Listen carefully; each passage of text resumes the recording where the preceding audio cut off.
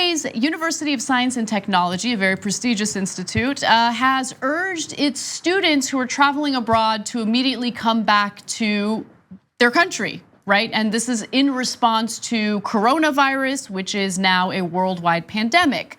Now, in their statement, they specifically singled out the United States for obvious reasons, but in case you don't know what those obvious reasons are, let me give you their exact statement. This applies especially if you are staying in a country with poorly developed health services. This also applies for countries with poorly developed collective infrastructure. For example, the United States or USA, where it can be difficult to get transport to the airport if you don't have a car. The same applies if you don't have health insurance. By the way, Norway is shutting down its airports and harbors to foreign travelers starting today, Monday. Norwegians will be allowed to return home, though they'll have to be quarantined for 14 days. So Norway is famously the country that Trump really held up on a pedestal, which is why we keep playing that sound bite of him saying, Norway. Yeah. It was during the time when that huge story broke out about how he referred to other countries, which usually have people who are not white, as S-hole countries. Yeah. Yeah.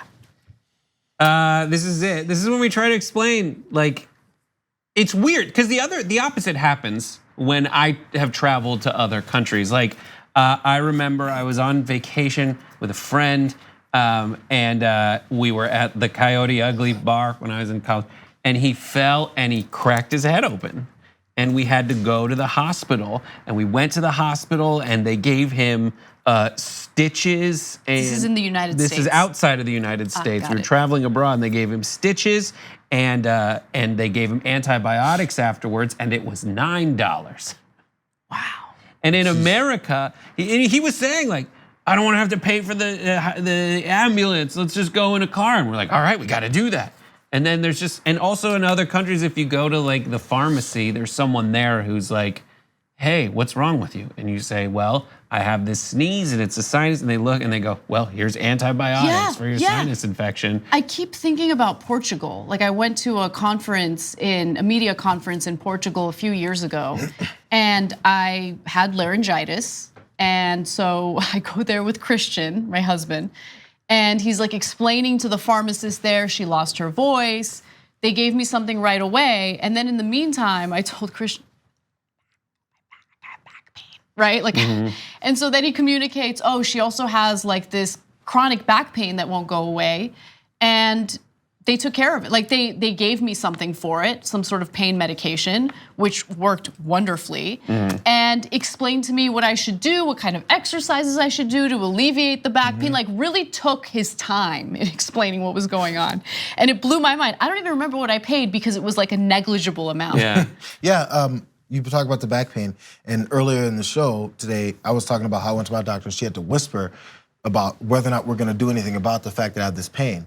And it was more neck. I'm sorry, I said knee earlier. It was like upper back, lower neck. And it was still you, right? It was still me. It was you. I Okay. mean, I'm breaking down.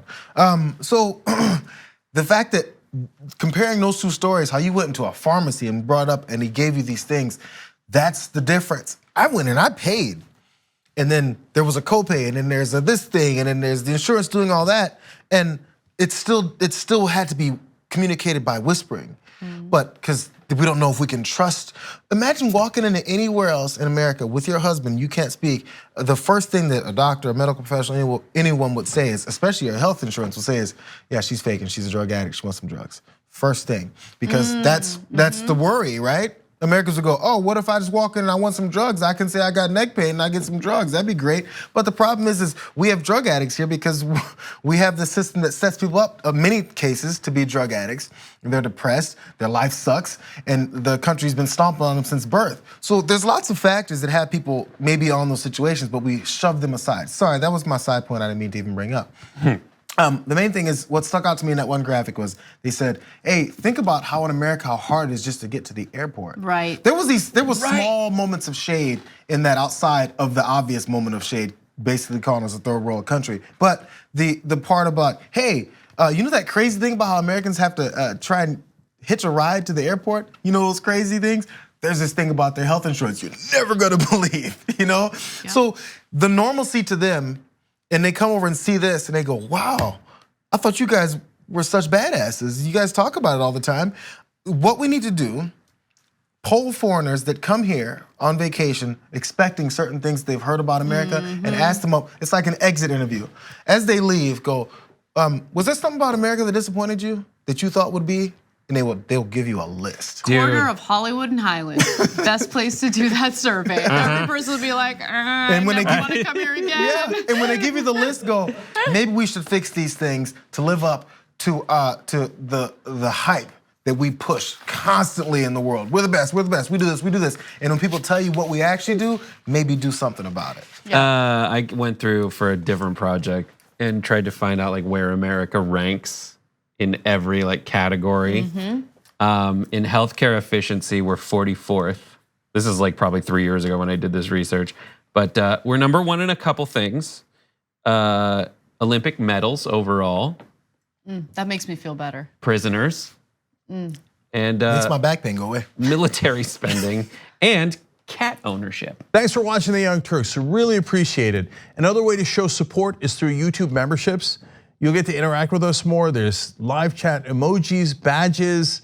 You've got emojis of me, Anna, John, Jayar. So those are super fun. But you also get playback of our exclusive member-only shows and specials right after they air.